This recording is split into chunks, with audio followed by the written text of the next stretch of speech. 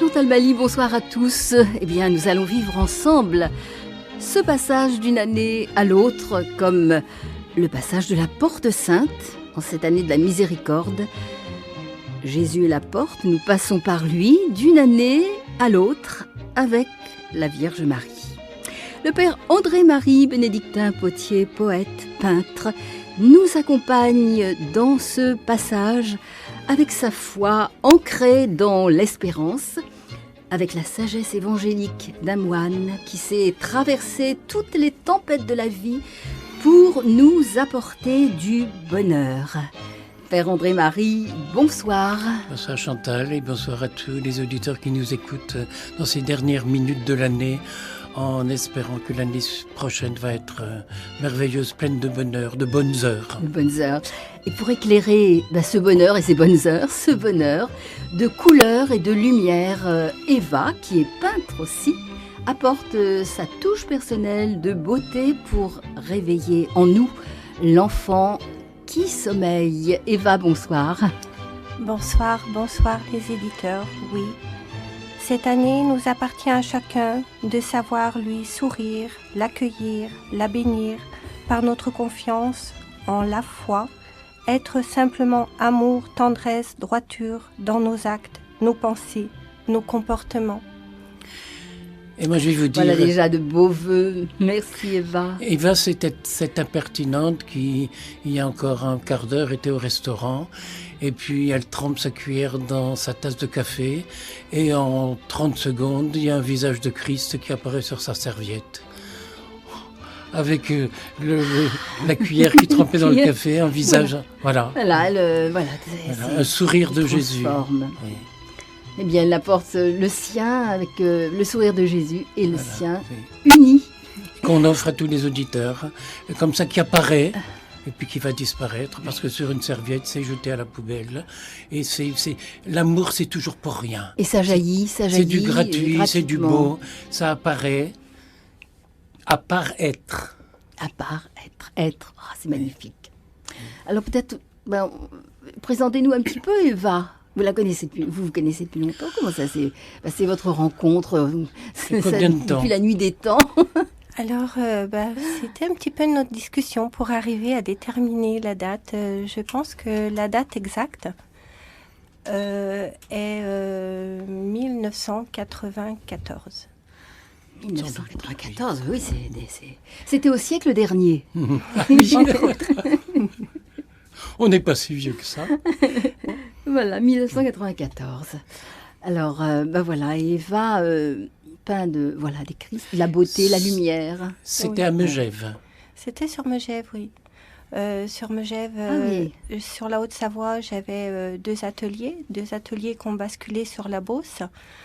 C'était sur une visite sur Megève où je suis restée 30 ans. Où j'ai vu en plein milieu de la petite ruelle piétonne un potier qui était là posé et qui tournait tranquillement assis à son tour avec un monde immense autour de lui. Et j'ai été prise uniquement que par ses mains. Je me suis dit en moi, mais ces mains, c'est pas que des mains de potier. Et j'observais que ses mains. Et il parlait. Tout le monde était absorbé par ses paroles. Moi, j'étais trop loin pour entendre les paroles. Et tout d'un coup, il a levé son regard. Il a levé son regard sur moi, malgré la foule. Il s'est levé de son tour, à ma grande surprise. Et il s'est approché de moi. Il m'a pris par la main. Il ne savait pas que j'étais artiste. Et il m'a emmené derrière sa galerie, où il y avait Monique et Michel qui travaillaient. Et je me suis mis à travailler pour André-Marie. Et de là, j'ai surtout soigné les terres qui étaient déformées. Je soignais ces terres qui étaient déformées pour lui montrer que justement que dans les êtres qui sont déformés, dans les êtres qui sont pas qui ont été abîmés par la vie, on peut les soigner, on peut les aimer. Et quand les aimants, ça devient des pièces uniques.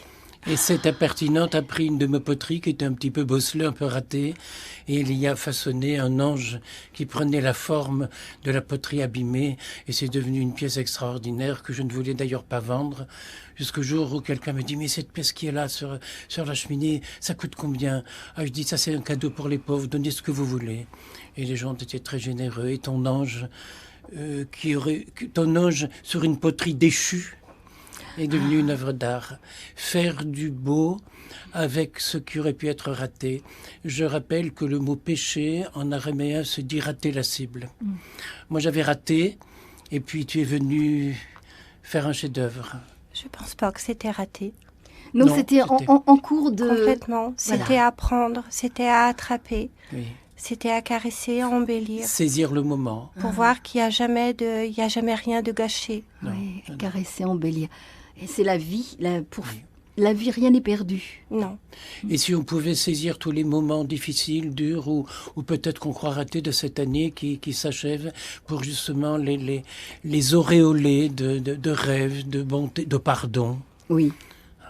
Quand on me demande ce qu'il y a quelque chose de plus beau que la beauté, je dis oui, c'est la laideur quand elle est embellie, quand elle est pardonnée, quand elle est auréolée de réalité.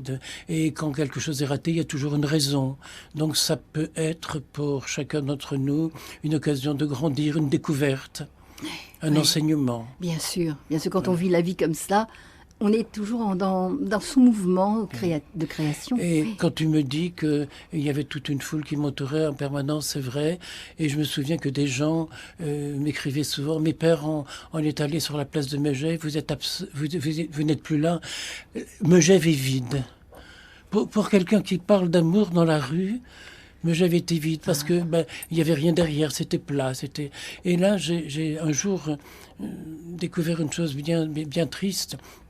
C'est que vers 18h, il y avait comme un silence autour de moi et je voyais les gens qui passaient. C'était l'heure de la messe du soir. Et ces gens sortaient de l'église sans avoir un regard sur ce pied qui était là, qui travaillait la terre, mais qui était prêtre aussi. Or, un jour, l'épître de ce jour-là, c'était la lecture de Jérémie. Voici que je descends dans la maison du potier. Il était à son tour. Et quand il arrive qu'une poterie soit ratée, il la prend, il la refaçonne et il lui donne une forme qui lui plaît. Eh bien, même ce jour-là, les gens sont sortis de l'église au garde à vous, sont passés devant un prêtre sans s'arrêter un instant. C'était la lecture, c'était la lecture du jour. Les paroles qu'ils avaient entendues se réalisaient concrètement. Pour eux, c'était pas la place d'un prêtre dans la rue à parler aux gens. Il faut qu'il soit avec un habit de couleur et puis qu'il soit dans l'église. Et puis, bien sûr, si on me demande d'y aller, j'y vais avec grande joie. Mais voilà, c'est cette différence entre cette église de consommation et cette église de découverte qu'on doit toujours, qui doit faire envie. Et si je me souviens bien, tu m'avais dit, Eva, que tu étais venue à Megève ce jour-là pour chercher un livre sur l'abbé Pierre. Non. Et c'est André-Marie que tu as rencontré. Il y a un lien quand même. Oui. Un lien très important. Très important, oui. Oui, parce que André-Marie m'a emmenée à l'abbé Pierre. Donc c'est un lien qui est important. Je comprends. Donc là, sur la route... Complètement, cet épanouissement que pouvait donner la lecture de l'abbé Pierre, qui m'a beaucoup aidée, qui m'a beaucoup soutenue, qui dans ma création était importante. Cette foi que ça peut donner en nous pour la création, pour être sûr de soi. J'ai trouvé dans André-Marie cette suite que Dieu lui avait fait passer, donc que notre Seigneur lui a fait passer, cette foi qui nous nourrit. Et André-Marie a pris une belle relève. Alors quand il dit « je suis son maître », le seul maître, c'est notre Seigneur qui nous rassemble et qui sait qui il rassemble. Voilà, c'est ça, là. C'était pas un hasard, il n'y a pas de hasard, bien sûr. Et j'ai là un petit message du Père Pedro. Oui. Chers amis, ne baissons pas les bras sans aucun prétexte. Car aucun de ces prétextes n'est valide lorsqu'on regarde un enfant qui meurt de faim. Puisse l'enfant Jésus qui vient de nous apparaître à la crèche nous apporter cet amour sans frontières, cette justice pour tous et cette fraternité. Et si nous vous souhaitons une joyeuse fête de fin d'année, c'est parce que malgré les actes barbares de 2015, l'espérance, la vérité et l'amour l'emporteront toujours sur le fanatisme et sur le mal. Ça, vraiment, c'est ces paroles d'espérance. C'est les seules vraies. C'est ça, la vérité. Et lui qui revenait d'Amérique, où dans l'université de Barack Obama, il avait reçu la plus grande distinction qui soit. Quand il est arrivé à Madagascar, il y a 200 enfants qui l'attendaient à l'aéroport, qui l'ont applaudi. Et puis le dimanche suivant, il a montré aux milliers d'enfants qui étaient là la médaille qu'il avait reçue. Et il leur a dit, c'est vous qui avez reçu cette médaille, parce que sans vous, moi je ne serais rien. Et maintenant, vous devez être digne de cette médaille que j'ai reçue. Aller chercher dans la dignité, c'est la beauté des relations humaines. Oui. Je dis souvent à des gens qui ont de gros problèmes dans un couple, de divorce, etc. Je dis, écoutez, essayez de n'avoir que des paroles dignes. C'est le souhait que je fais pour chacun d'entre nous pour cette année qui vient, que notre bouche ait la beauté des paroles qu'on prononce, dans la dignité, dans la bienveillance. D'ailleurs, selon les mots qu'on prononce, notre visage prend la forme du mot qu'on prononce. Quand on dit gratitude, notre visage est souriant. Et si on dit ingratitude, on fait la grimace. Et c'est ainsi pour tout. Oui. Alors si on savait avoir le ton de la voix, c'est tellement plus important que ce qu'on dit. Et souvent, il m'arrive de débrancher mon appareil auditif et puis de regarder le visage des gens. J'en sais assez en voyant leur visage. Alors, j'ai envie de vous dire, me poser cette question, alors, André-Marie, et si le bonheur existait? Dans l'immense chaos du temps, depuis des siècles et des siècles, depuis les chaos originels jusqu'à l'instant que nous vivons, là, l'homme se situe, et pour se situer, a coupé des tranches dans le temps. Il a écrit l'histoire par rapport à des événements, l'époque glaciaire, l'époque de Néandertal, l'époque d'avant Jésus-Christ et l'époque d'après Jésus-Christ. Je crois pouvoir dire qu'il y a aussi des gens qui ont marqué le temps. On peut dire l'époque d'avant l'abbé Pierre et l'époque d'après l'abbé Pierre, parce qu'on n'a plus le même langage. Il y a quelque chose qui a changé. Mais cela est une pure vue de l'esprit humain, qui a eu mentalement besoin d'inventer la notion du temps pour exister lui-même, pour se situer par rapport au mouvement, par rapport au monde qui l'entoure. Je ferai remarquer que quand les astres ont fait leur évolution, ils retournent au point de départ et ils font une révolution. La révolution, ce n'est pas de détruire ou de casser quoi que ce soit, oui, c'est de recommencer. Oui. Une évolution nouvelle. Voilà, les astres nous donnent un exemple. Un exemple. Et vraiment, on doit être solidaire de la nature. Nous sommes en 2015. Rien n'aura changé dans quelques minutes quand nous serons en 2016. Et pourtant, tout peut changer.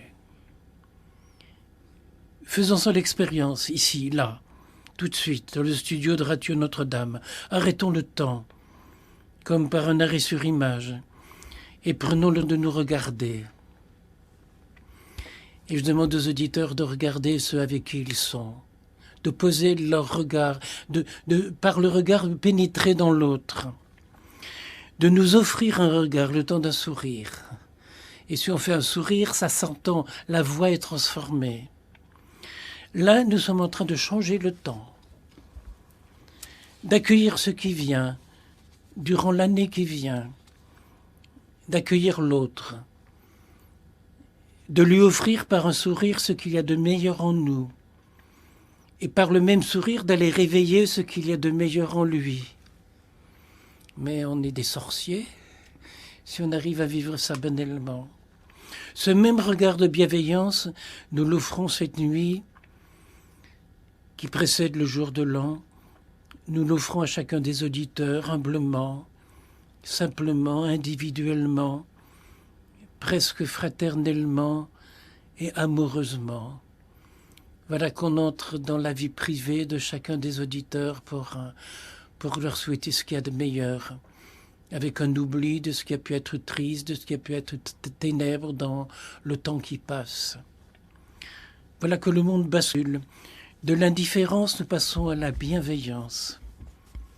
Prenons conscience de l'existence de l'autre et donc en même temps de notre propre existence personnelle. Je suis là, en train de parler devant un micro, c'est mes lèvres qui prononcent des mots, et à l'autre bout, là-bas, les oreilles entendent les mots que je prononce. Je voudrais que ces mots soient des bénédictions. Nous pouvons, au cours de cette année qui vient, être des magiciens. Tout d'abord, en prenant conscience de cette phrase de l'Écriture, « Rien de ce qui a été fait n'a été fait sans lui ». C'est lui le grand peintre du monde, le grand artiste, le grand artisan. Nous pouvons à chaque instant rencontrer le Créateur à travers la créature, comme lorsqu'on regarde un tableau, une peinture. On devine, on imagine la main qu'il a créée ou la main du potier qui transforme la terre. Voilà le souhait que je fais à chacun d'entre nous, d'abord à toi Chantal, à tous ceux qui au cours de tant d'années, à tous ceux à qui au cours de tant d'années tu as tenté de faire passer un message de paix. À toi Eva, à tous ceux à qui tout au long de tant d'années tu as tenté de distribuer l'amour et la bienveillance en leur apprenant le beau, le bien et le vrai. Et Dieu sait si tu y parviens lorsqu'on voit les travaux de tes élèves, aussi bien dans les académies que tu as créées pour les adultes que pour les enfants. Et j'étais, il y a 15 jours, à faire une exposition chez toi, et j'ai vu les travaux de Christian. Tu pourrais nous parler de Christian? Peut-être dans quelques instants. Oui. Elle va nous parler de Christian, Eva. On va justement, puisqu'on est dans ces souhaits que l'on se fait pour cette année nouvelle de bonheur, de paix, de joie, de bienveillance, écoutez les prêtres qui vont nous dire leur propre message par cette chanson bien connue et tellement aimée de Jacques Brel, « Quand on n'a que l'amour ». Quand on n'a que l'amour, on a tout. Voilà, ce soir, eh bien, c'est ce que nous souhaitons à tous nos auditeurs, cet amour qui n'est pas forcément comme le monde l'entend non plus. Je pense à cet jeune étudiant à Tiananmen qui, avec une rose à la main, s'est mis devant les chars russes qui a fait arrêter le mouvement de haine. Et tout le monde s'est arrêté. Il y en a combien des petits événements comme ça qui changent le sens de l'histoire. Tiananmen, personne ne connaissait cette ville là-bas. Maintenant, le monde entier la connaît. C'est entré dans l'histoire. Voilà. Une rose. Un geste. Un geste. Oui. Oser Oser le geste qui sauve. Oui. Alors, il y a Ange qui nous dit joyeux réveillon, bonne fête à Radio Notre-Dame et aux radios de la COFRAC avec sa maman de 86 ans. Et bien voilà, Ange, nous aussi, on vous salue et on est avec vous ce soir pour vous tenir compagnie. Avec un prénom pareil, Ange, notre émission va s'envoler. Voilà, c'est tout à fait... voilà, de bons présages, on peut dire. Alors, Eva nous disait qu'elle allait nous parler de Christian. Oui. Christian est un grand modèle. C'est, je trouve, pour moi, un pilier porteur de modèle, de confiance en soi qu'il a fallu, ou sur lequel il a fallu qu'il travaille sur lui. Christian est arrivé à l'atelier en 2012. 2012, sur l'année 2012-2013. Mes ateliers étaient pleins. Et j'avais plus possibilité parce que je veux pas surcharger mes cours, je veux vraiment être proche de chacun. Et sa femme est passée par une amie et pour justement que j'arrive à voir la situation et pouvoir avoir Christian. Et j'ai demandé à Christian de venir sur un cours que je lui ai mis spécialement pour lui. Et c'est avéré que Christian était quelqu'un qui était entrepreneur, qui était boulanger et qui a eu à la suite d'une grippe mal soignée un problème très intense au niveau des reins et où il était dialysé depuis 10 ans. Donc je vous parle de ça en 2012, depuis 12 ans, 3 fois par semaine, ce qui est immense. Et sur promesse pour ses reins, il a été opéré, il a eu un nouveau rein et le pas de chance du tout, c'est que le rein qui lui a été donné était cancéreux. C'est suivi plein de faiblesses, pour lui, manque de confiance, son corps qui se modulait, son corps qui se fatiguait, cette crainte de pas tenir, ses veines qui gonflaient, son corps qui se déformait, ne plus pouvoir se voir réellement, ne plus avoir envie de vivre réellement, et puis il arrivait vers moi avec une demande, dessiner, peindre. Et j'ai commencé avec lui en le prenant à part et on a travaillé le portrait. Je lui ai dit, on va commencer le plus difficile, Christian. On va travailler le portrait. Et on va travailler le portrait d'un proche, de quelqu'un qui vous tient vraiment cher à cœur. Et il a commencé à travailler sur ses 2 fils. On est très vite passé à la peinture parce que je sentais qu'il fallait vite passer à la couleur. Et au début, il comprenait pas vraiment les mots que j'employais. Donc, avec patience, je répétais. Je me suis mis à le boire. Et Christian maintenant, c'est le modèle de tous les étudiants parce qu'il a un niveau artistique qui est vraiment incroyable. Et il me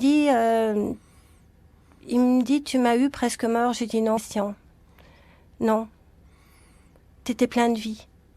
Il fallait simplement arriver à sortir cette foi qui était au fond de toi et qui demandait que l'art ressuscité. Et c'est un modèle, c'est quelqu'un qui se plaint jamais, qui est toujours dialysé 3 fois par semaine, qui a des problèmes. Il n'y a pas une année où il n'a pas une opération qui se suit, ou pour ses épaules, et il est très fragile. Mais c'est un modèle qui est vraiment énorme, énorme. Il prend la vie complètement différemment. Et il est enthousiaste dans tous les ateliers. Alors maintenant, il vient plus 1 fois par semaine, il vient 2 fois par semaine. Je le ralentis même parce que sinon, il viendrait presque tous les jours. Et que le but, c'est quand même qu'il ait son autonomie. Le but, c'est qu'il arrive avec son art à rencontrer d'autres artistes. Et là, c'est le travail que je fais. Et c'est pour ça que au moment de l'exposition d'André-Marie, Christian était présent. Ah oui. Quel témoignage, hein. Et puis je vois cette scène, les chevaux qui viennent là en blanc sur fond bleu, c'est majestueux, on sent une vie là-dedans, on sent sa vie là-dedans. Il est plein de vie. Oui. Et Eva, elle est beaucoup plus que quelqu'un qui enseigne la peinture, elle enseigne... C'est une thérapeute de la laideur qu'elle transforme en beauté. Oui, et puis bonté. de la vie qu'elle permet de grandir là où il y aurait un arrêt, elle fait repartir la vie. Je pense que le cadeau, c'est pas moi. Le cadeau, c'est vraiment eux. J'ai eu, si je peux me permettre, sans garder trop longtemps le micro, j'ai eu en 1994 un enfant qui était handicapé. Je peux plus vous donner la maladie qu'il avait. C'est une maladie où pour pouvoir grandir, il fallait les tirer. Il restait des fois couché pendant des mois et où on l'étirait pour étirer les os parce que c'est une maladie qu'il avait qui était enfantine. Et il était dans une chaise. Et un jour, il a voulu me faire la surprise et il est venu à l'atelier en s'appuyant sur le mur. Il est sorti de sa chaise, il s'est appuyé sur le mur de l'atelier, il a fait le tour de l'atelier pour rentrer et me faire la surprise de pouvoir avancer vers moi en marchant. Et sincèrement, mais le cadeau, c'est eux qui me donnent l'envie de continuer. Mais vous avez le don, Eva, de susciter cela chez la personne, de le susciter. Après, c'est eux qui répondent, mais de susciter, c'est un charisme, une grâce, quelque chose, un don qui est donné, qui ça ne s'explique pas, mais et vous l'exercez, vous le vivez. Et il y a des merveilles qui s'opèrent parce que l'autre répond pour répondre à la vie. Il y a quelque chose, c'est magnifique. Complètement. Ouais. Il n'y a pas de laideur, il n'y a que de la beauté. Qui n'est pas encore découverte. Voilà. Il faut la réveiller, l'envie chez l'autre. Oui, je pense que c'est ça le rôle. Et puis, ils arrivent à ce moment-là à donner le meilleur d'eux-mêmes. Et si c'était ça notre Église, réveiller l'amour du divin chez les autres, pour le laisser prendre leur dimension à eux, peu importe si c'est pas exactement le même langage. Je pense au pape Jean-Paul II qui disait « Dans toutes les religions, il y a la grâce de Dieu qui passe. pas avec le même langage que chez nous, pas avec les mêmes rythmes, mais la grâce de Dieu, d'abord, elle est partout. Oui. Il n'y a pas un être humain qui n'en possède pas l'ouverture. Oui. Et pour terminer cette année, je pense à toi, Eva, qui tout à l'heure me conduisait dans les rues de Paris. Attention, Père, il y a une bordure de trottoir. Attention, parce que je vois pas. Si on se laissait prendre la main par Dieu au cours de cette année, est tellement prêt à nous protéger. Je pense à cette phrase, il a envoyé ses anges pour que notre pied ne heurte pas la pierre. Psaume 90, oui. Mais ils sont là, les anges. Oui. Et alors on les appelle pour cette année. Descendez, anges et archanges. Venez nous protéger, venez protéger notre terre, venez éloigner avec leurs ailes, ils font du vent, vous savez, ça déplace les nuages.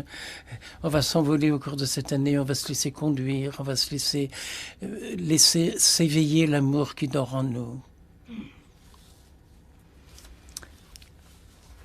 Alors, oui. Les anges, tu peins beaucoup d'anges, Eva. Oui, les anges, Eva. Oui, les anges, ils viennent à moi. Ils viennent. Ils viennent à moi, les anges. C'est magique. Je pars sur ma toile, je pars sur le fond, j'éteins la lumière, quelque chose de fort. D'abord, oui, je rentre en prière, je donne mes mains au Seigneur et je laisse faire.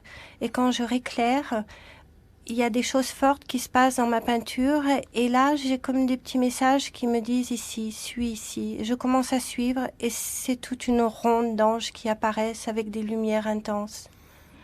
Et après, c'est la patience, c'est le séchage, c'est une petite couche de transparence par-ci, une petite couche de transparence par-là, qui fait ressortir et qui nous donne, après bien une vingtaine de couches de glacis, cette profondeur qui peut en ressortir. Mais la base, elle m'est offerte.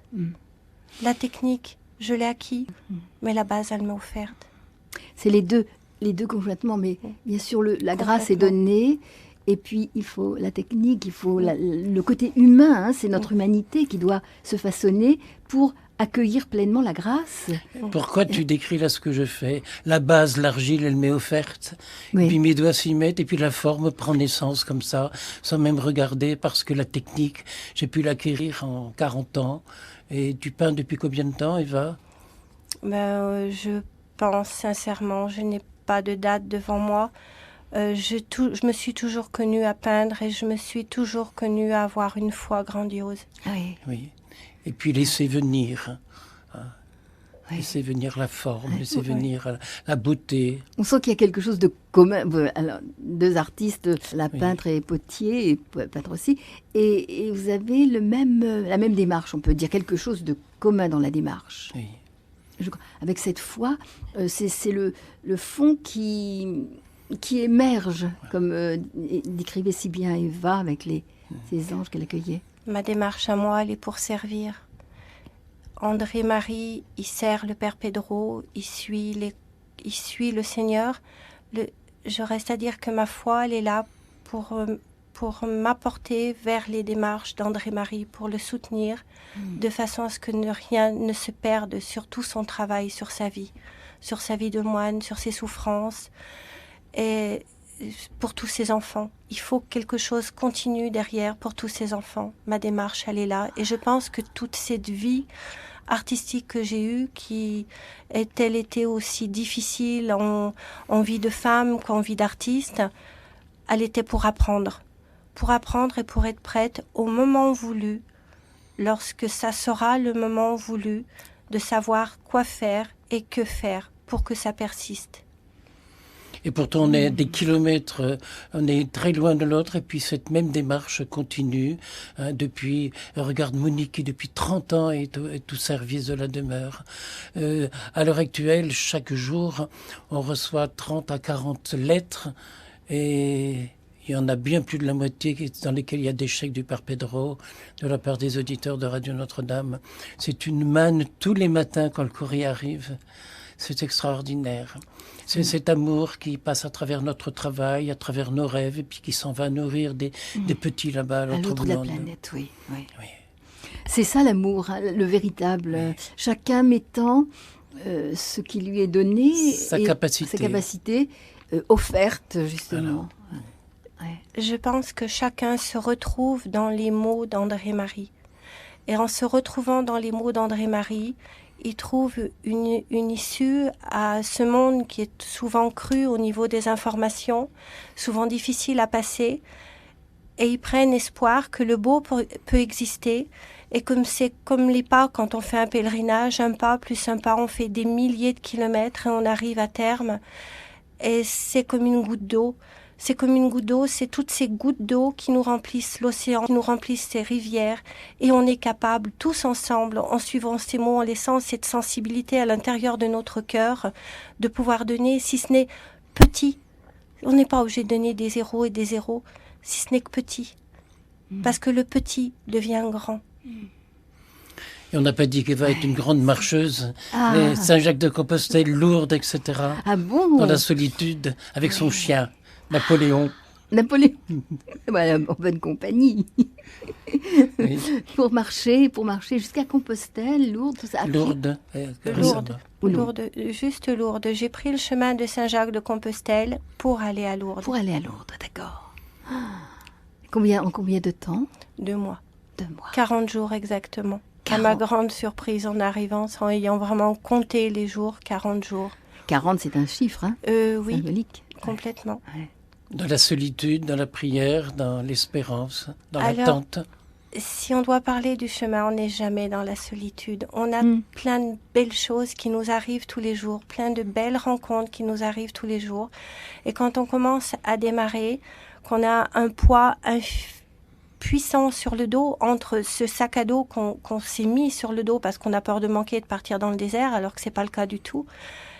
Mais surtout, ce qu'on se rend pas compte finalement, c'est que quand on prend le chemin, il y a quelque chose à décharger et que c'est ce poids-là qui est beaucoup plus lourd. Et quand on comprend en arrivant que ce poids il nous est pris, c'est un soulagement, ce sont des pleurs et notre vie se modifie complètement. C'est vraiment une leçon de vie, de sagesse, une expérience. Oui. Et je suis sûr qu'à ton retour, quelque chose a changé dans ta peinture. Oui. La profondeur, le chemin. Toutes ces petites choses que je rencontrais dans le chemin, ces oiseaux qui me suivaient. Cette sensation de présence quand je me perdais dans les bois, j'en finissais plus. Et je disais, Marie... j'ai pris le chemin de Saint-Jacques, puis je me retournais à mon Saint-Jacques, tu m'oublies pas là, parce que ça fait un moment que je t'ai pas vu. Hein. Et puis là, tout d'un coup, en reprenant mes prières, hop, j'avais un panneau. Ouais, merci Saint-Jacques. Et puis je continue, c'est à côté. Oh, pardon, je me suis trompée. Du coup, tellement contente, je continuais tout droit. C'est beau. Quel enseignement de vie, oui. Qui est à la portée de chacun. Oui.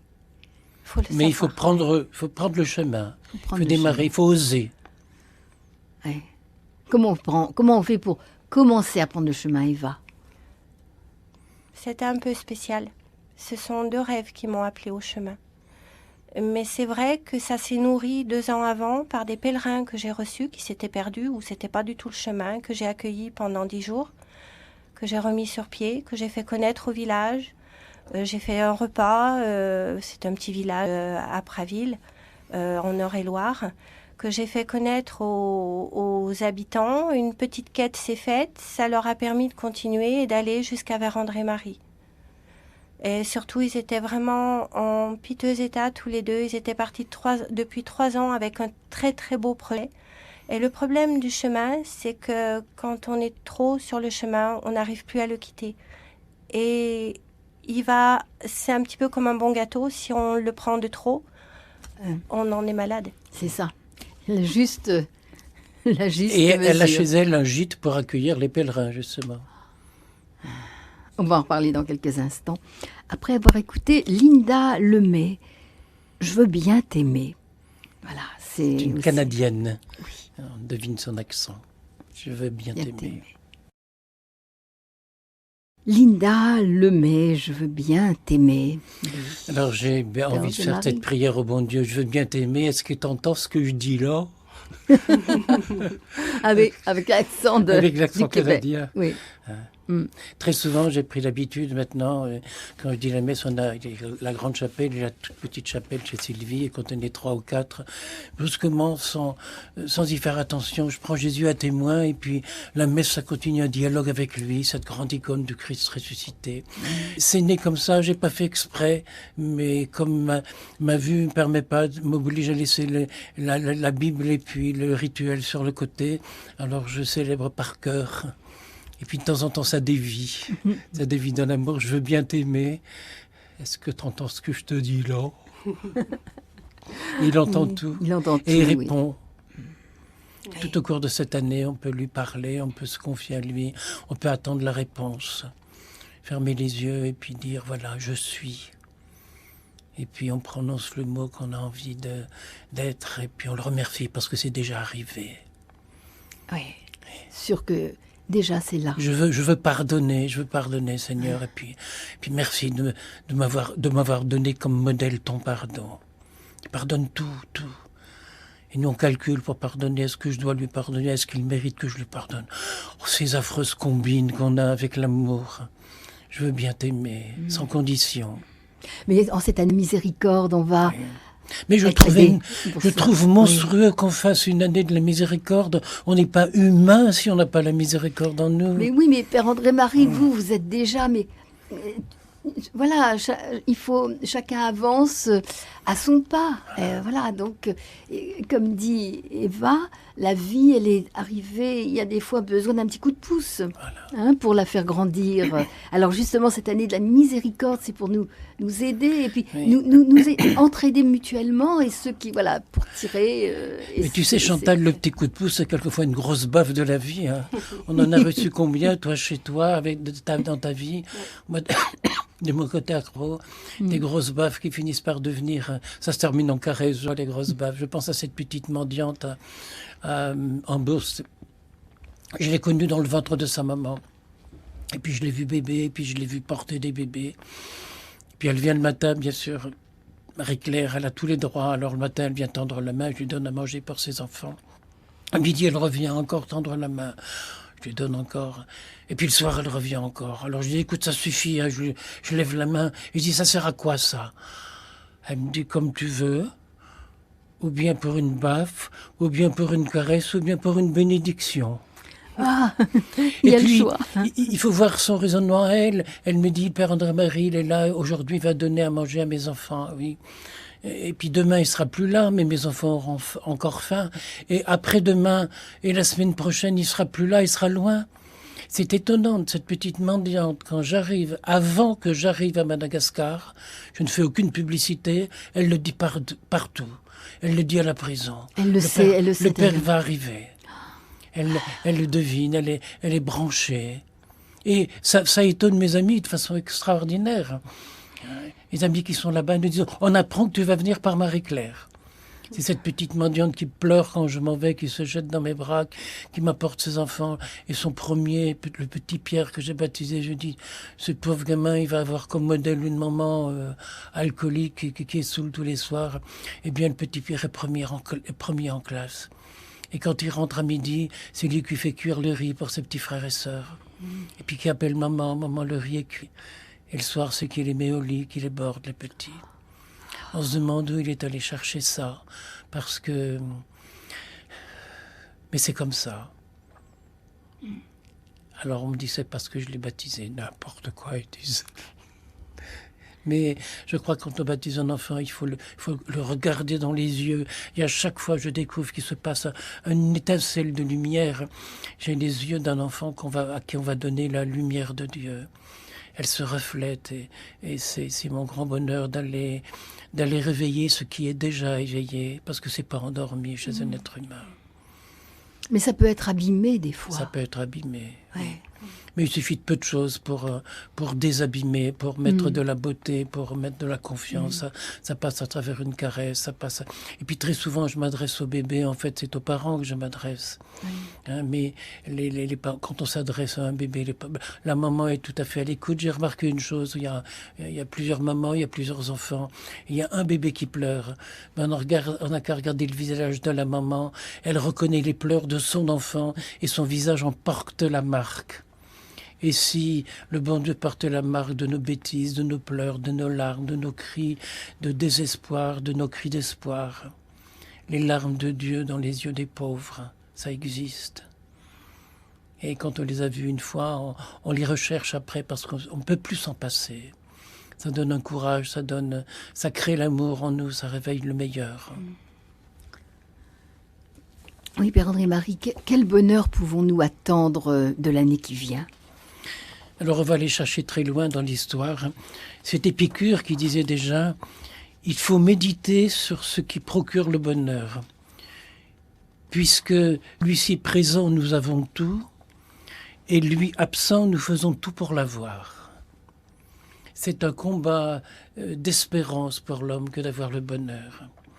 L'évangile de Jésus ne nous propose pas un bonheur tout fait, un bonheur qui arrive tout seul après un bout de prière, un bonheur à la carte, avec du plaisir au menu. Mais Jésus dit « qui m'aime me suive ». Et le chemin de Jésus, ce n'est pas toujours un chemin facile. C'est parfois un chemin ardu, c'est parfois un chemin qui monte. Et si on monte ensemble, on s'encourage les uns les autres à monter ensemble. Mais Jésus dit aussi, je ne suis pas venu apporter le bonheur sur la terre, mais le feu. Et il faut oser parfois le feu. Souvent, le chemin par lequel il nous conduit est ardu, difficile, parfois déchirant. Souvenons-nous que si au bout du chemin il y a la transfiguration, il faut d'abord passer par la crucifixion du Golgotha pour qu'il y ait la résurrection. Et les trois choses sont intimement liées. Une illumination ne vient qu'après les ténèbres. Le bonheur serait-il une résurrection, une illumination après des ténèbres de souffrance et d'angoisse? Oui. Sans doute souvent. Mais le bonheur n'est pas un état qu'on aurait pu acheter, payer par la souffrance. Ce n'est pas du même domaine. Si le passé ne peut pas être rattrapé, puisqu'il est dépassé, si l'avenir ne peut pas être pris d'assaut plus vite que les événements et que le temps nous le propose, il ne reste plus qu'à vivre l'instant présent. Mais que je sache, le présent, c'est un cadeau. Oui. Et si on prenait la vie comme un cadeau en se disant « Voilà, je vais y mettre des nœuds, un bel emballage pour faire plaisir aux autres. Je vais l'embellir. Je me faire cadeau de ce qu'est la vie. » Et j'ai cette conviction. Je te pose la question, Eva, quand tu as eu ton premier bébé, est-ce qu'au moment où on a coupé le cordon ombilical, il y a une autre vie que la tienne qui est venue habiter ce petit être? C'est bien la même vie qui était en toi, qui est en lui. Et moi qui ai eu ta maman plusieurs fois au téléphone, c'est bien la même vie qui est en toi, qui était en elle. Et quand je vois ta sœur, quand je vous entends, je ne reconnais pas la voix. Je ne sais pas si c'est Eva ou bien Yo qui parle. Vous avez la même voix. C'est la même vie. Et si, avec tous les êtres du monde, on partageait la même vie, comme on respire le même air, comme c'est le même bonheur éternel qui nous attend, on se dit, mais si je n'entretiens pas la beauté dans ma vie, ben c'est la laideur du monde que j'entretiens. Et si je désenlaidis le monde, c'est la beauté de Dieu que j'y mets, parce qu'il a mis en nous son image et sa ressemblance. Quand tu prends ta cuillère avec du café dessus et qu'en 3 gestes, tu fais un visage de Christ sur ta serviette au restaurant, d'où ça vient, ça? Je ne sais pas. De l'amour. Oui. Simplement de l'amour. Oui. Et la naissance et ces attachements qu'il y a au niveau de la famille, ces ressemblances, c'est ça, c'est l'amour. Oui. Et cet amour qui est familial, mais cet amour, elle est aussi intense quand c'est des personnes qui viennent nous trouver. Oui. Et quand on voit un cristal de roche, voilà, par exemple, et quand saint Hildegarde dit le cristal de roche est à la fois récepteur, émetteur, transformateur, amplificateur énergétique, il intensifie le rayonnement de notre aura. Et le pape Benoît a nommé saint Hildegarde docteur de l'Église pour révéler à tout le monde, mais une pierre qui vous apporte ça. Mais il y a de l'amour dans cette pierre. Mais oui, bien sûr. Hildegard de Bingen a donné toutes les propriétés thérapeutiques des plantes, mais une tisane que tu prends et qui te fait du bien. Mais il y a de l'amour dans cette plante. Il y a de l'amour partout autour de nous, qui traîne et on n'ose pas le ramasser. Je pense au chant de Félix Leclerc, ce petit bonheur que j'avais rencontré. Mais on rencontre partout des petits bonheurs, il faut les cueillir, il faut les accueillir, il faut s'émerveiller, et puis il faut les redistribuer. Si le présent est un cadeau, offre-toi ce cadeau de la vie. Préserve-le, dorlote-le. Il est si fragile et dure si peu de temps. Il n'est que le bonheur d'une bonne heure. Ne regarde pas ta montre, cela passe trop vite. Mais regarde la vie. Elle a le temps des larmes, le temps des fleurs, le temps des berceaux, le temps des tombes, mais aussi, et enfin, le temps de l'éternité. Je ferai remarquer que cette année, le temps, les saisons sont complètement bouleversées. On est à Noël, et bien on voit les pâquerettes fleurir dans les prés. Les pâquerettes, c'est à Pâques qu'elles viennent. Ils se sont trompés en théologie. Elles ne viennent pas au bon moment. Déjà, Aristote se posait la question en constatant « Il est difficile de savoir si le bonheur est une chose qui peut s'apprendre, s'il ne s'acquiert que par l'habitude ou quelque autre exercice, ou si enfin il nous échouera en partage par une certaine faveur divine ou même par le hasard. » Eh bien, je pense intensément qu'il faut tenter le divin, en disant « Viens vivre en moi la beauté qui est toi ». Et il succombe à la tentation. Il faut provoquer. Oui. C'est la bonne provocation, Oui, là. oui. Il y a vocation. Oui. On est appelé. On est appelé oui. à révéler en nous cette image que Dieu a mise. Oui, mais... C'est pas du tout fait, du tout cuit. Oui, Il faut, pour être peintre, il faut des années, 40 années d'expérience, de recherche, de technique, etc. Et alors après, bien les anges apparaissent tout seuls sur la toile. Ces coquins-là, qu'est-ce qu'ils viennent faire? On leur a pas demandé de venir, ben ils sont là. Ils sont là partout. Ils sont provoqués, ils sont appelés. Oui, et ben. Il faut déjà avoir foi en soi. Foi en soi pour pouvoir être fort sur tout ce qui va venir, parce que l'être humain, il est comme ça. L'être humain, malheureusement, quand il y a quelque chose qu'il ne touche pas, il a envie souvent d'abîmer parce qu'il ne touche pas, il ne comprend pas. Donc il faut avoir foi de vouloir montrer que chacun a quelque chose à montrer. Chacun a quelque chose à montrer qui est différent et qui est beau. Et à partir du moment qu'on a passé ceci, la critique vient plus souple, plus douce. Mais il faut rester fort. Ouais. Dis-moi, ton élève le plus jeune, à quel âge? 3 ans. 3 ans. Et le plus âgé? 75. Ah mon Dieu, oui. Et tu vis dans ce petit monde-là? Oui. C'est ma famille. Oui. Une famille élargie. Complètement. Oui. À partir du moment que quelqu'un passe la porte, c'est qu'ils ont fait le plus dur, c'est de passer la porte. Et c'est qu'ils s'offrent à moi, je me dois de les accueillir, je me dois de les comprendre et de les épauler sur leur demande, pas sur mon savoir. C'est eux qui sur demandent. Leur demande. Oui. Dis donc Eva, si on vivait ça dans l'église, être à l'écoute des gens pour répondre à leurs demandes. Voilà, c'est partout qu'il y a cette dimension-là à vivre.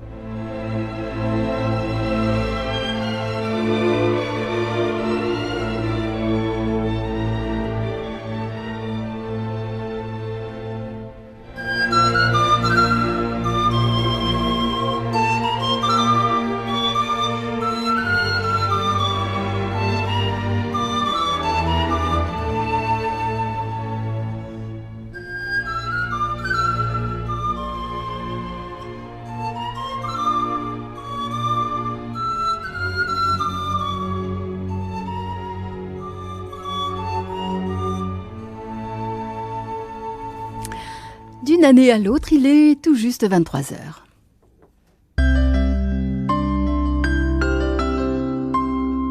Radio Notre-Dame. Et oui, et un souhait pour cette année qui vient dans tout juste une terre exultée de joie, peuple de la terre. C'est ce que nous souhaitons à toute cette humanité. Exultez de joie, peuple de la terre, la mort est vaincue, le Christ est vivant.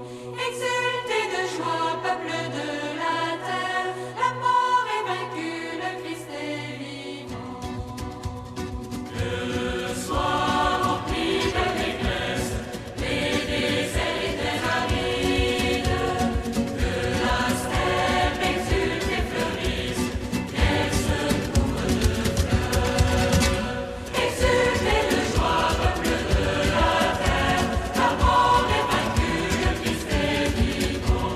Exultez de joie, peuple de la terre, la mort est vaincue, le Christ est vivant. Allez, annoncez aux nations, votre Seigneur est vainqueur.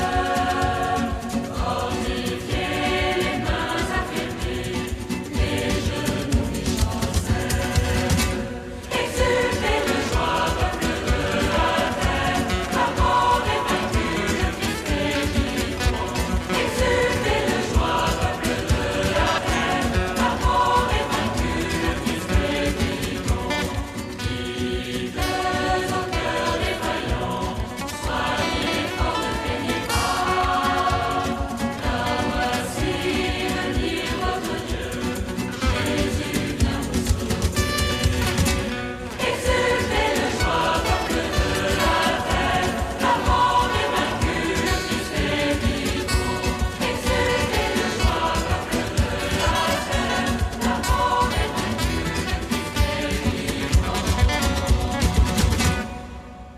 Et bien voilà la bonne nouvelle pour cette année 2016. Allez annoncer à toutes les nations, votre Oui, mais Seigneur est vivant. exulter Christ de est joie, peuple de la terre, Ouais. c'est pas ça la réalité du moment. Et pourtant, il y en a qui l'inventent. Je pense à cette petite ville de province où des chrétiens montaient la garde la nuit de Noël autour de l'église pour pas qu'il y ait de problème. Et puis voilà que les Arabes sont arrivés et leur ont dit « Vous rentrez dans l'église pour prier, nous on va monter la garde autour de l'église ». C'est bien un exemple, on peut exulter de joie même où il y a, même quand il y a des tas de problèmes. Oui. Et puis ça s'est terminé par une fête en commun où les uns ont apporté le couscous, les autres ont apporté leur repas de Noël et on l'a partagé. La transformation. Oui, Eh ben, n'est-ce pas? Transformer. transformé, oui. Tout est possible. Hein. Personnellement, on parlait du hasard tout à l'heure. Je ne crois pas au hasard, mais au destin. Je crois aux événements qu'on prend dans la vie. Eva, tu prends des couleurs, parce que les couleurs, elles sont pas à toi, elles viennent d'ailleurs, tu les as achetées, et tu les composes, et tu les opposes, et tu les rends complices les unes des autres. Amoureusement, tu donnes un destin à la couleur. L'autre jour, le temps d'une émission que nous faisions ici ensemble, sur le thème de réveiller l'amour qui dort en nous, là-bas dans ton atelier, tu t'es mis à peindre un tableau, une nativité que tu as exposée.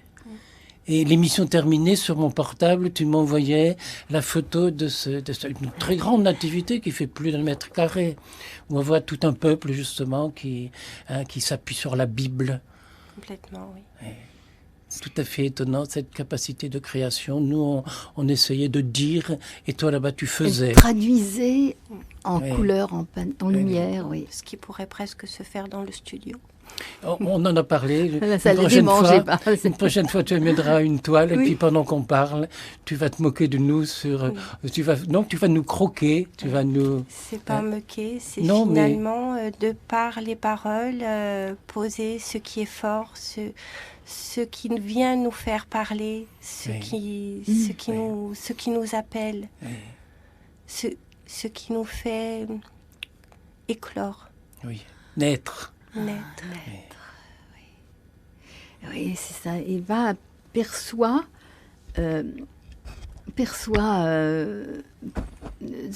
ce qui est au plus profond. Et c'est un accouchement. C'est un accouchement, hein, Oui. quelque Oui. part. Je ne peux pas dire si c'est un accouchement, parce qu'un accouchement, c'est douloureux. C'est un don.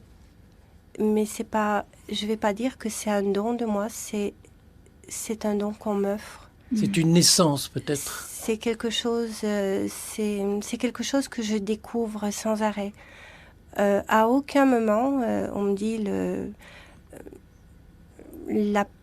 la peur de la toile blanche. Non, il n'y a pas de peur de la toile blanche parce qu'on vit dans un monde de lumière et qu'au contraire, pour avoir le contraste, il faut mettre ces lumières et les adoucir. Oui, c'est ton expérience qui parle parce que non, moi non plus, je n'ai pas peur de la... Je prends une motte de terre et je sais que ça va être beau 1 minute, 2 minutes après. Mais il a fallu 40 années pour accoucher. Ah oui, complètement. Et puis, pour moi, avant, je me tourne vers ma foi et j'offre mes mains, j'offre mon cœur. Et je dis, mais non, c'est à toi, je sens que c'est prêt, Seigneur, c'est à toi, je te l'offre. Donne-moi-en les capacités. Et il n'y a pas une toile qui ne se construit pas comme ça. Il n'y a pas une toile que je vais soigner ou je la soigne pas en l'offrant. En écoutant Eva, dans sa façon de vivre son art, ça me fait penser aux peintres d'icônes, enfin les véritables peintres d'icônes qui sont vraiment dans la prière, qui dit quelque chose. C'est pour ça la peinture dit quelque chose de ce monde invisible, parce que ça vient, ça fait advenir dans le visible ce qui vient de l'invisible. Oui. Sauf que l'icône, c'est une répétition d'images qui sont déjà existantes, alors que moi, je suis toujours sur des images qui viennent se positionner, mais qui n'existaient pas, mais qui se révèlent une fois faites des scènes réelles. Je pense à ce grand tableau que tu présentais au Grand Palais il y a quelques semaines.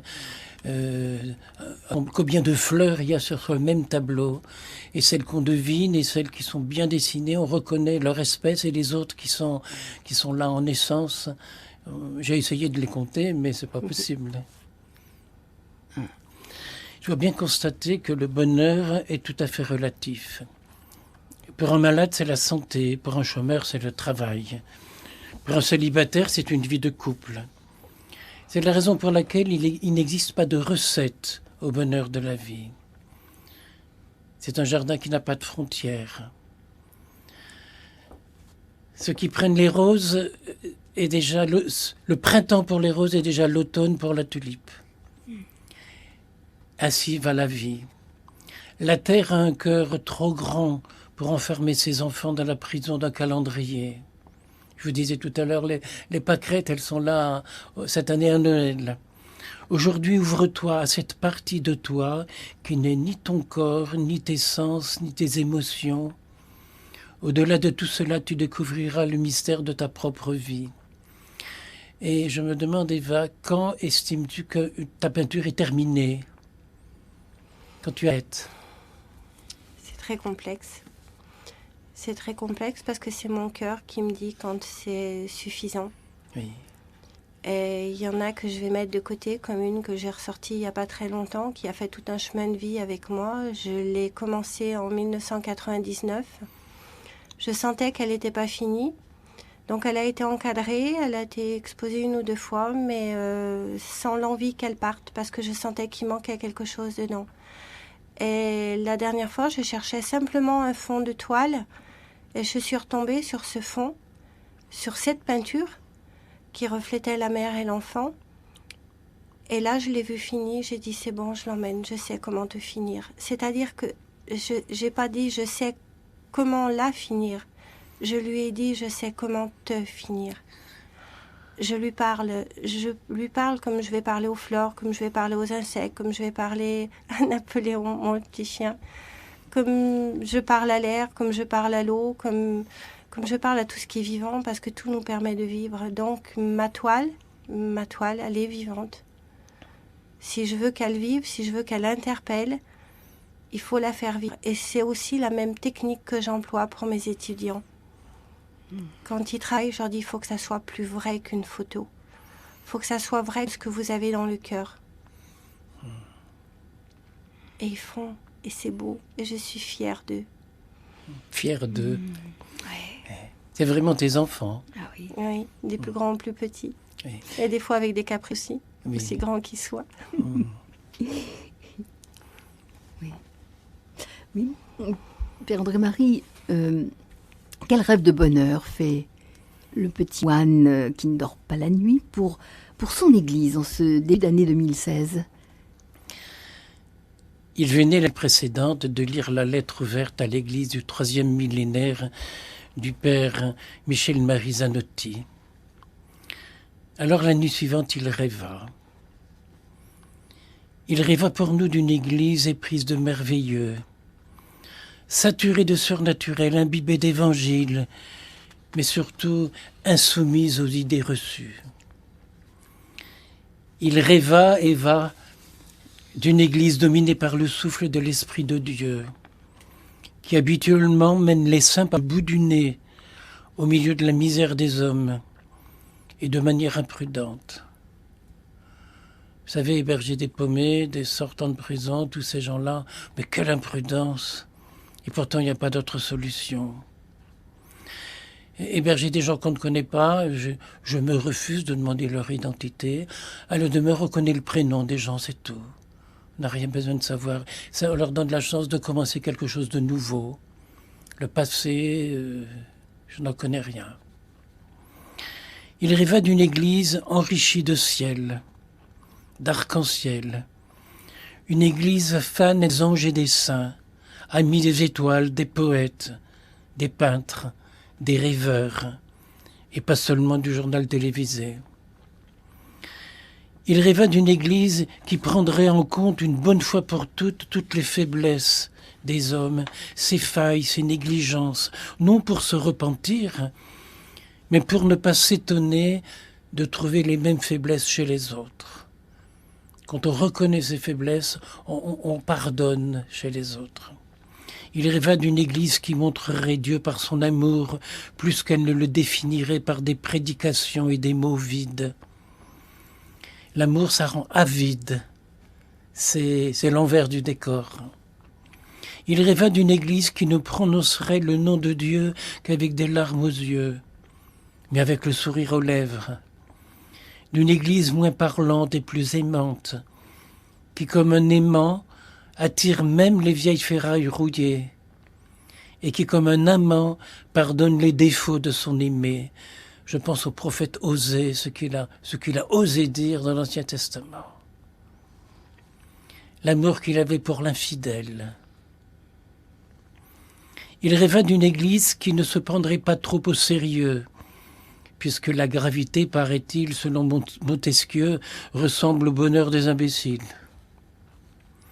Il rêva d'une église qui ne perdrait jamais de vue que les premiers apôtres étaient de simples travailleurs manuels et non de distingués bacheliers. Une église dans laquelle les pauvres se reconnaîtraient, se sentiraient à l'aise. Il rêva d'une église qui ne recevrait aucun honneur de la part des gouvernements, dont les évêques et les prêtres refuseraient la Légion d'honneur, tant que les mères de famille qui se crèvent à la tâche ne l'auraient pas toutes reçue. Il rêva d'une église qui n'aurait pour tout programme que de vouloir faire plaisir à ceux qui la sollicitent et humblement lui demandent la grâce de Dieu, parfois en dehors des murs de la sacristie. Jésus n'a fait aucun miracle au temple, c'était toujours dans la rue, et c'était toujours à la demande des gens, et c'était quelquefois des demandes qui n'étaient pas du tout nécessaires. Les noces de Cana, pour transformer l'eau en vin alors qu'ils avaient déjà tout bu, il n'y avait plus de vin, ça ne veut pas dire qu'il n'y en avait pas, il n'y en avait plus. Et Jésus, pour faire plaisir à sa mère, et sa mère pour faire plaisir aux mariés, a fait son premier miracle. Et quand on demandait l'autre jour, est-ce que c'était possible pour Jésus de changer l'eau en vin, j'ai dit oui, le cep de vigne fait ça tous les ans. Il prend dans le sol de l'eau et sa nature de vigne le transforme en jus de raisin sucré et selon le soleil, plus ou moins sucré. Et le vigneron, c'est une phrase que le prêtre dit à la messe, fruit de la terre et du travail des hommes, en fait le vin d'une qualité qui peut parfois être exceptionnelle. Donc Jésus a fait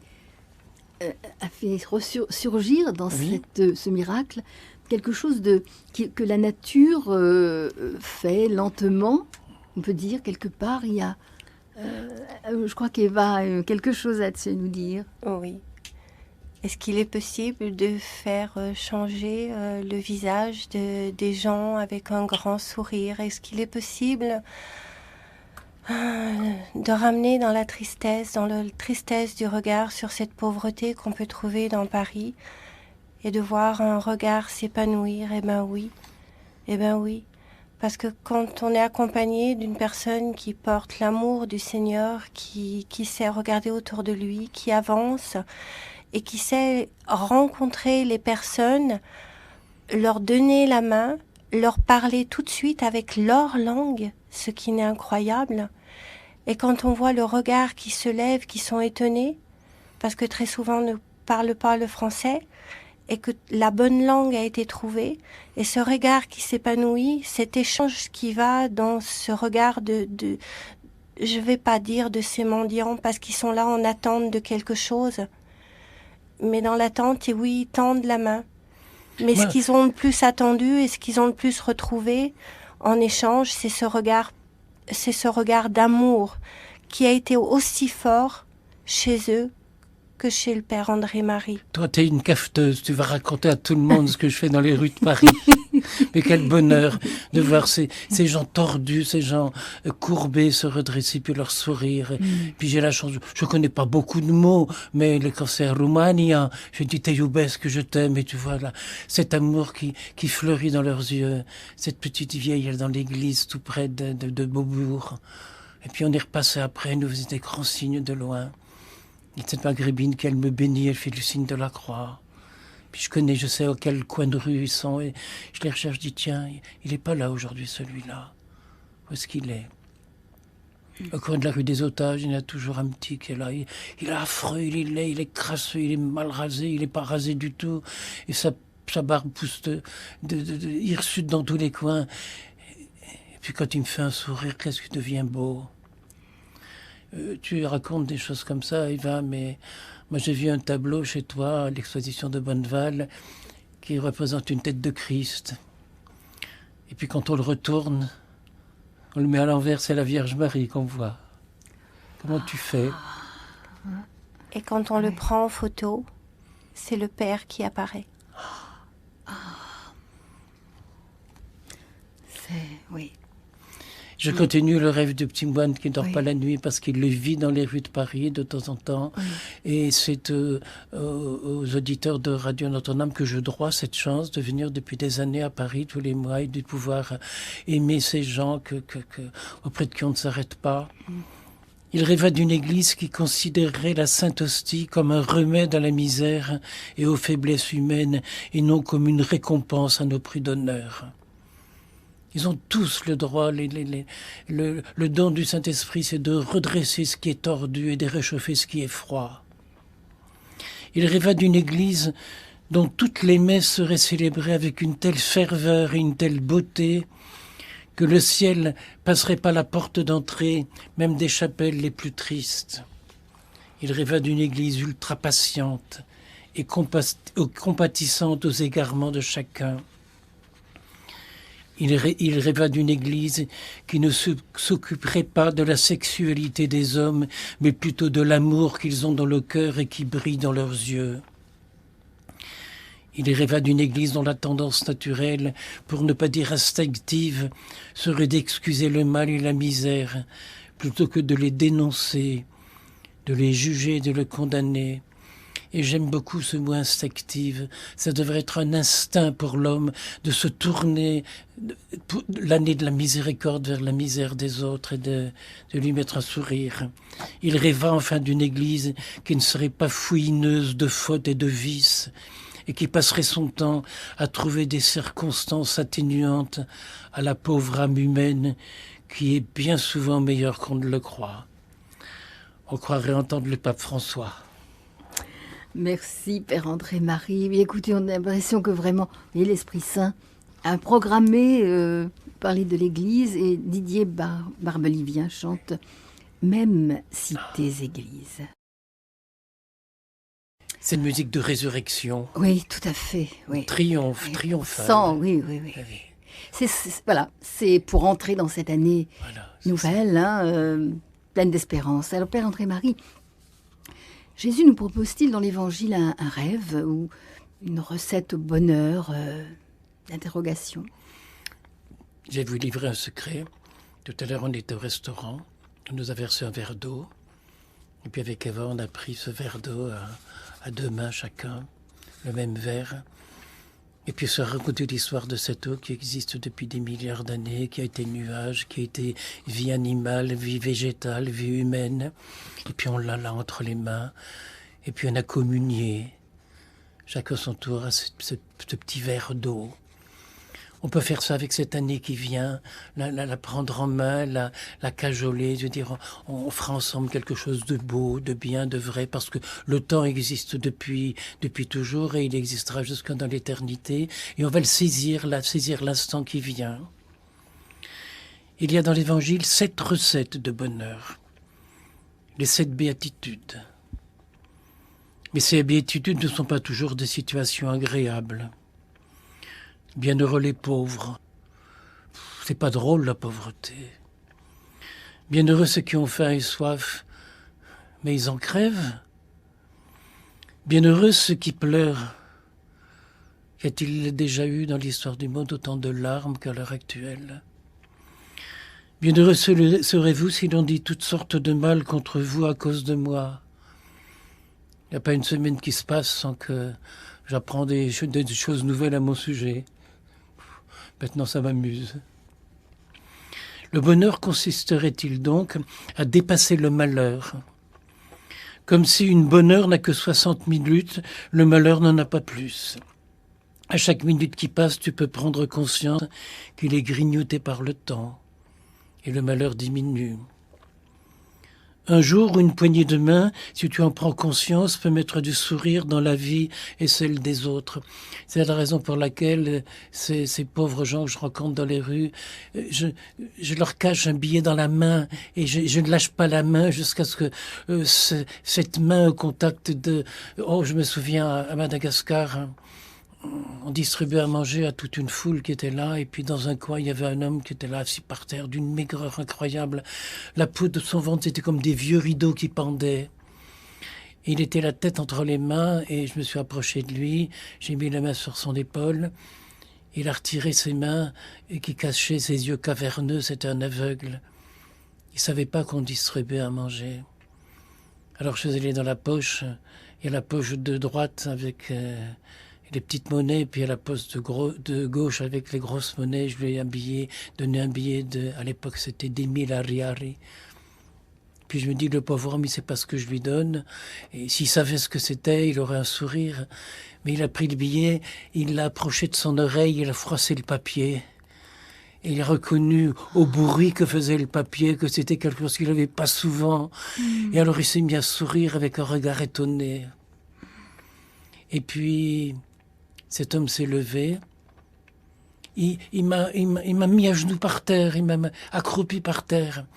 Il s'est levé, il était tout grand, tout maigre, et puis on aurait dit qu'il allait cueillir des étoiles, et en l'air là-bas, et puis il les mettait dans ses bras, et puis il a fait le tour autour de moi, il a cueilli d'autres étoiles, il cueillait en l'air pour mettre dans ses bras, il avait une grosse brassée d'étoiles dans les bras, et après il est allé ramasser par terre, il a fait le tour. Il prenait les bénédictions du ciel et les bénédictions de la terre et il a fait une grande salade en mélangeant tout ça dans ses bras. Il m'a baptisé. C'est beau. Et il y avait un père malgache qui était là. Je lui dis, mais qu'est-ce qu'il a fait? C'est un rite? Non, il a pris toutes les bénédictions telluriques et toutes les bénédictions du ciel et il te les a offertes en cadeau. Mon Dieu, que ces gens qui sont aveugles ont une autre vue que la nôtre. Et puis, une bénédiction, c'est pas un petit signe de croix avec une phrase marquée dans un livre, c'est ce qui vient de ton cœur. Et ce qui vient de ton cœur, ça vient de tes ancêtres et ça vient d'avant encore. C'est en nous. Il faut oser aimer. oser le dire avec ses gestes à soi, comme toi, Eva, tu oses avec tes couleurs à toi, avec tes gestes de pinceau. Je voudrais être un pinceau dont tu te sers pour écrire dans l'église amour, tendresse, bonté, vérité. On va essayer de se laisser faire, Chantal, et les auditeurs aussi, pour se laisser faire par l'inattendu tout au cours de cette année. Peut-être par ce qu'on attend depuis longtemps, mais qui ne vient pas, et ça viendra là aujourd'hui. Et puis par oser imaginer l'amour, la bienveillance, la bonté, le sourire. Et cet homme aussi qui n'avait rien, vraiment, quelle liberté il avait de créer. Oui, et je disais à ces prêtres qui m'accompagnaient, nous, qu'est-ce qu'on est, on est pauvres avec nos gestes tout faits, inscrits dans le livre. Les rubriques, c'est écrit en rouge que le prêtre doit faire, et les paroles qu'il prononce sont écrites en noir. Il dit comment il faut poser dans la messe traditionnelle, comment l'attitude des pieds, l'attitude des doigts, l'attitude des yeux. Oh, laissez-moi respirer. Le bonheur n'est pas seulement l'héritage biologique d'un bon tempérament, d'un milieu favorable, familial ou des chances de la vie. Le bonheur ne serait-il donc qu'une chance que la vie nous propose? Alors c'est la vie qu'il faut protéger. Pourquoi les mises en garde répétées des hommes de science, des intellectuels, des militants de toute conviction à propos de la situation jugée préoccupante, sinon inespérante, de notre planète? N'a-t-elle pas plus d'écho en nous ou dans la société de consommation qui nous entoure? Il faut nous mettre en garde pour le bonheur de la Terre. Combien je regrette que cette encyclique du pape n'ait pas apparemment eu beaucoup d'écho. On l'a admiré. On admirait ce qu'il a dit. Et il semble qu'on l'a vite oublié, alors que c'est au quotidien qu'il faut vivre cette bénédiction avec la terre. C'est Théodore Monod qui disait que la société est ce monstre froid que nous servons avec tant de zèle. On dirait qu'on a mis la terre dans un frigo pour la garder plus longtemps, alors qu'il faut y mettre le feu. Jésus dit, je suis venu mettre le feu sur la terre pour oser. Et beaucoup parmi nous, comme les aveugles de Bruegel, marchent derrière les uns derrière les autres, sans même voir qu'il y a des ornières. Et on tombe dans l'ornière du précédent. La première supplication de ceux qui ont marché sur la Lune et qui ont vu la Terre de loin, ils ont parlé de cette Terre comme une incroyable oasis échappée des ténèbres. Leur première supplication était de nous demander de la protéger, de la garder, de la laisser et de lui permettre d'exister encore. Comment avons-nous pu salir autant l'avenir? C'est ce que dit le pape. On salit l'avenir.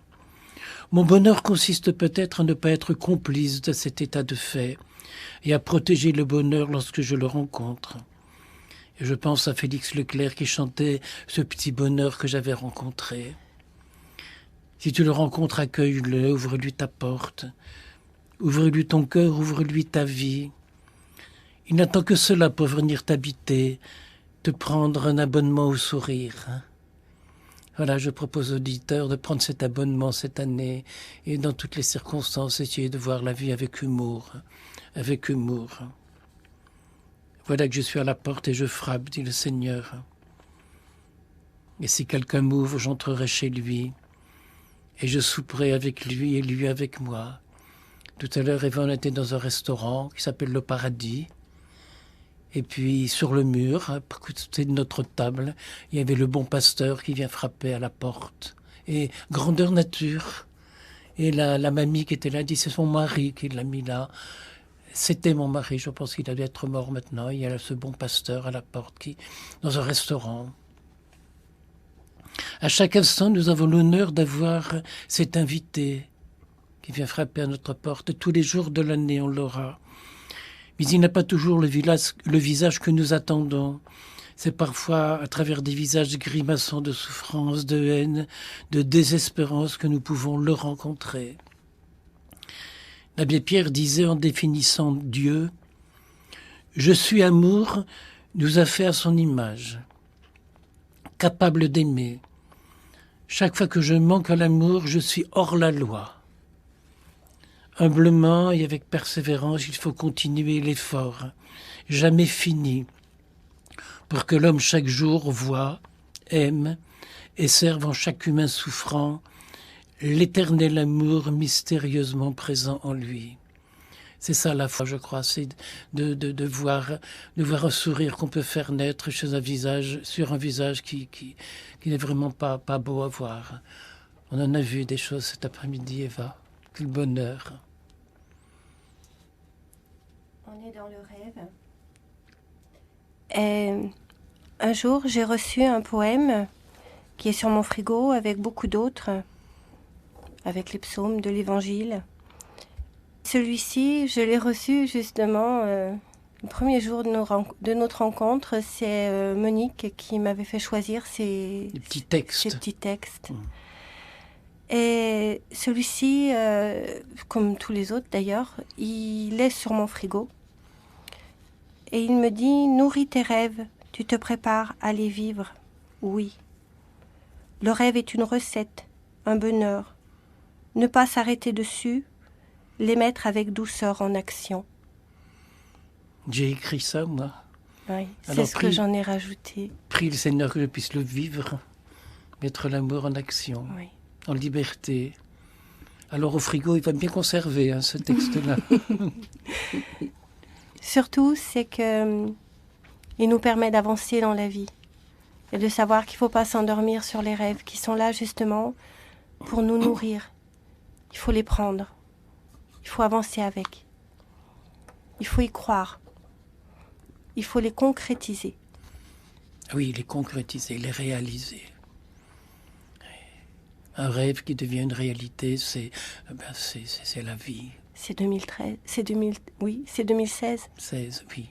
On va les concrétiser, tous nos rêves d'amour, de bienveillance, de bonté, de douceur. Oui, Père André-Marie, le bonheur est-il quelque chose de concret ? L'amour chrétien, dit le pape François, est concret et demande d'aimer par des œuvres et non par des paroles. Les paroles, le vent les emporte. Aujourd'hui, elles sont là, demain, elles auront disparu. Le vent transforme les nuages.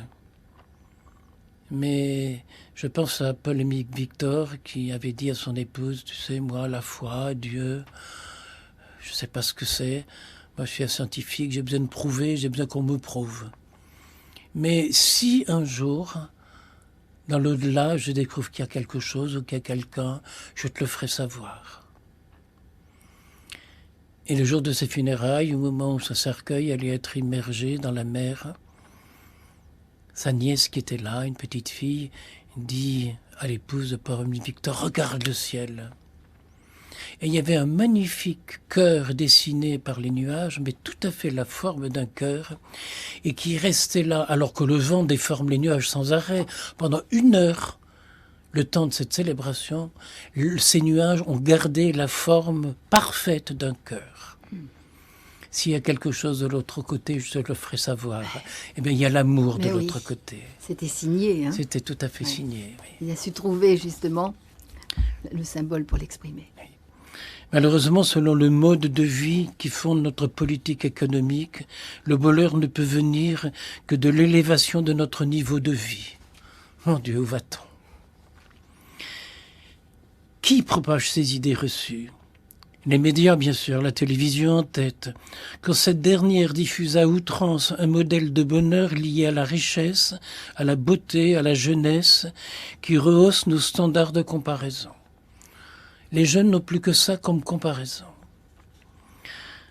En nous bombardant de la nécessité d'amour, de gloire et de beauté sans lesquelles le bonheur n'est pas possible, elles perturbent les normes sur lesquelles nous avions l'habitude de nous fonder pour juger. Ces médias qui désirent croire, désirent plaire, deviennent en fait les plus grands obstacles, sinon les ennemis de notre bonheur. Si nous voulons y accéder, il faut délibérément tourner le dos et réinventer d'autres systèmes de valeurs qui se trouveraient naturellement, je m'en souviens, dans le petit catéchisme de mon enfance. C'était tout simplement les vertus chrétiennes. Mais la laïcité peut pas nous apporter ça. Et la vertu chrétienne, c'est l'humilité, c'est la douceur, c'est la tempérance, c'est la bienveillance, sans oublier la beauté et sa petite sœur, la bonté. Et quand je pense à chaque messe, le prêtre dit, juste avant Notre Père, et sur nous tous enfin, Seigneur, nous implorons ta bonté. On devrait avoir un visage rayonnant quand on dit cette prière-là. Et après on le demande au nom de la Vierge Marie, de Saint Joseph et des saints de tous les temps qui l'ont vécu. Mais de si on savait prendre tous les textes de la messe et puis les célébrer en les disant. Tout cela ne coûte pas cher et se trouve gratuitement à notre disposition. Lorsque nous pouvons, lorsque nous voulons nous tourner vers le mot qui à lui seul pourrait résumer toutes les vertus, l'amour et je dirais aussi la beauté. Et j'ai mis une majuscule à chacun des mots. Eh bien, pour ponctuer ces choses très merveilleuses que vous nous dites ce soir, Père André-Marie, Léonard Cohen chante Alléluia. C'était aux funérailles de Daniel, son épouse m'avait donné ce disque. Oui. Et puis, la cérémonie des funérailles s'est terminée par là. Et les pompes funèbres m'ont dit, mais père, vous êtes trompé, c'était pas un mariage qu'on célébrait. Je dis, si, c'est le mariage de l'humanité avec la divinité. C'est ça, les funérailles. Il faudrait qu'il y ait un alléluia à chaque messe de funérailles. Ce n'est pas Eva qui va m'en dissuader. Elle sait d'expérience que pour créer du beau, il faut humblement accepter de n'être que soi-même. Et de se mettre entièrement, humblement au service de cette beauté venue d'ailleurs, dont nous pouvons être humblement les fidèles serviteurs. L'une des plus grandes satisfactions et de bonheur est de créer du beau. La matière devient alors complice de qui nous habite pour embellir le monde. À la première page de la Bible, on peut lire 7 fois « Et Dieu vit que cela était beau ». Il n'y a que la beauté qui existe pour Dieu. Pour lui, la laideur n'existe pas. Elle est refus de lui, mais lui ne refuse pas celui qui le rejette. Donnez-moi votre mal, dit Dieu, j'en ferai du bien. Ça fera du mal en moins et du bien en plus. Dieu est comme une conversion, c'est-à-dire un renversement des valeurs. Ce qui était le sud devient nord, ce qui était nuit devient jour. Ce qui éclairait le mal, en lui et illumine le bien. Il n'y a que la bonté qui existe pour Dieu. Pour qui la méchanceté n'existe pas, elle est refus de lui, mais lui encore ne la refuse pas, ni ne la rejette. Donnez-moi votre malheur, dit Dieu, j'en ferai du bonheur. Mon Dieu, ça pour toute l'année. Ça fera du malheur en moins et du bonheur en plus. Cela s'appelle le pardon divin. Et si on décidait, au cours de cette année qui vient, d'en distribuer partout, à tort et à travers l'histoire, à travers les médias, à travers l'histoire du monde. Il n'existe pas de bonheur sans pardon au mal, à la laideur, à la lâcheté. Le pardon entraîne toujours avec lui un état de joie. Cette joie qui peut exister en toutes circonstances. Et comme le dit Jésus, cette joie-là, nul ne pourra nous la ravir. Eva, tu le sais d'expérience, lorsqu'on est devant une toile à peindre, on se sent tout petit. Pourtant quelque chose de grand nous attend. La beauté qui, grâce à nous, va commencer à exister pour annuler toutes les fadeurs du monde. La création nous rapproche de Dieu.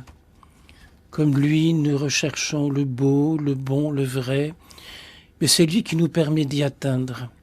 C'est sa lumière que nous admirons lorsque l'œuvre est terminée et qu'une joie intérieure nous enflamme avec l'envie de recommencer demain encore mieux. Et à propos de la lumière, je dirais que lorsqu'on regarde ce qui est devant nous, c'est la lumière qui nous permet de le voir. Mais la lumière, on ne la voit pas. Elle est inapparente, mais elle nous permet de voir l'autre. Et je crois que c'est ça l'amour. L'amour, on ne le voit pas, mais on voit sa réaction, son action, la transformation que l'amour peut provoquer. Créer beau, c'est pardonner à la laideur. Si tu veux établir la paix en moi, il me faudra d'abord calmement cesser les hostilités avec chacun des éléments qui composent ma vie. Il y en aura peut-être beaucoup au cours de cette année. Seul un pardon à poser au bas de chaque page de cette année pourra recomposer et réécrire en majuscule tout le volume de ma vie. La prière ne consiste pas toujours à supplier Dieu de venir faire le ménage dans ma tête, le pardon s'en charge. La beauté qui resplendit sur le visage de quelqu'un qui pardonne en est la preuve. Elle est l'écho de la beauté de Dieu qui nous a créés à son image et à sa ressemblance. Alors, le bonheur est au rendez-vous. Mais cela ne peut se faire seul. Le bonheur ne peut exister et se partager que lorsque de solitaire, tu deviendras solidaire. On va refaire un monde cette année. Ah oui, Père André-Marie, c'est vrai, c'est le moment, hein, c'est tout à fait le moment. Le bonheur est-il quelque chose de normal, Père André-Marie? Le bonheur, c'est de dire oui à la vie telle qu'elle est, telle qu'elle s'impose à nous, même si nous la voulions autrement. Le bonheur, c'est de dire oui à la vie, même quand il pleut et que j'ai oublié mon parapluie. D'ailleurs, le même engin peut devenir un parasol quand il fait trop chaud. C'est de constater ce qui est et de l'accueillir. La pluie, c'est pourtant bien peu de choses. Pourtant, elle est nécessaire à la vie. Et je m'en plaindrais parce que pour moi, ce n'était pas le moment et c'est pas ça qui me convient. Le bonheur, c'est de dire oui à la vie, même lorsqu'elle est insupportable. Même lorsqu'un enfant meurt et qu'il aurait été si facile de le garder en vie. On ne peut nier que le mal existe dans le monde, mais le seul moyen de lutter contre lui, de même que l'on rejette de l'eau sur le feu, c'est de lui imposer sa contre-nature. L'amour, ça détruit la haine.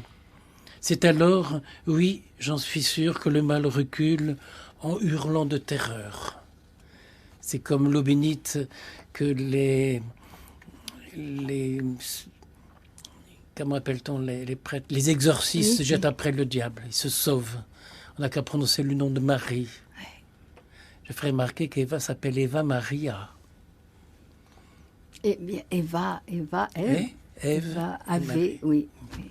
C'est l'histoire de ce petit moine qui ne dort pas la nuit et qui s'en allait dans la chapelle à fixer pendant des heures le tabernacle droit dans les yeux invisibles. Parce que c'est avec le même regard que je regarde Dieu et Dieu me voit.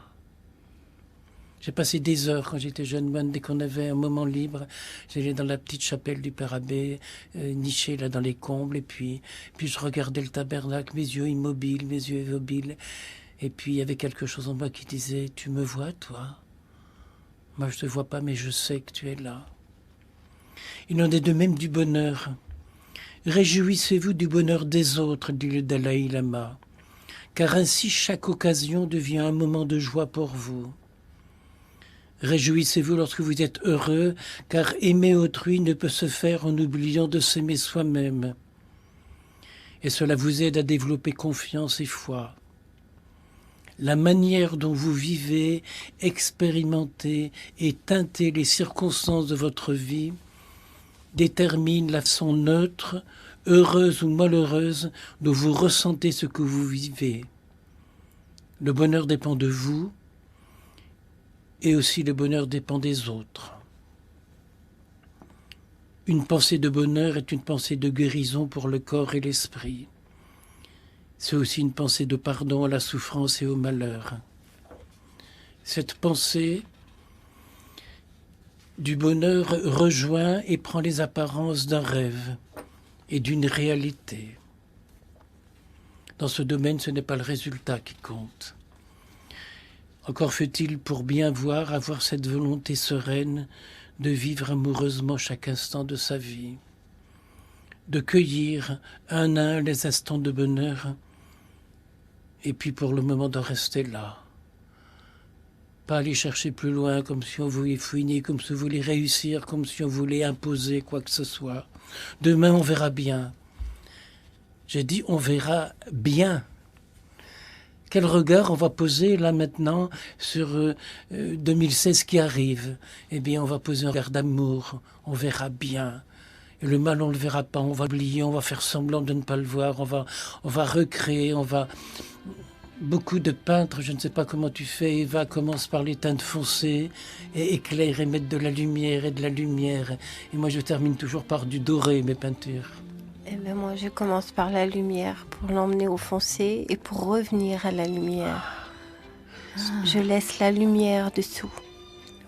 Et après, je rabats le foncé et après, je recherche la lumière. La lumière sous les ténèbres pour la faire renaître. Complètement. Mon Dieu, je me suis petit devant une déclaration pareille. La lumière est là en premier, Complètement. elle va chercher les ténèbres et elle les ramène à la lumière. Il y a tout un chemin. Complètement. Ouais, C'est le travail de l'ombre oui. Oui. qui montre que la lumière est là. Il n'y a pas de peinture sans ombre, il n'y a pas de vie sans ombre, il n'y a pas de compréhension sans ombre. Il faut-il les accepter et les placer là où elles doivent se placer et avancer. Sur le cadran solaire qui est tout éclairé de soleil, c'est l'ombre de la tige centrale qui nous montre l'heure. Oui. Vous savez, quand on avance sur le chemin et que le soleil est derrière nous, on avance avec notre ombre Oui. et on voit qu'on n'est plus seul. Mm. Et on avance. Et on avance. Et on avance tout doucement aussi vers cette année nouvelle qui arrive là, à petits pas, mais sûrement. Oui, l'année 2015 vit ses dernières minutes. Merci au Père André-Marie et à Eva de nous avoir accompagnés dans ce passage d'une année à l'autre.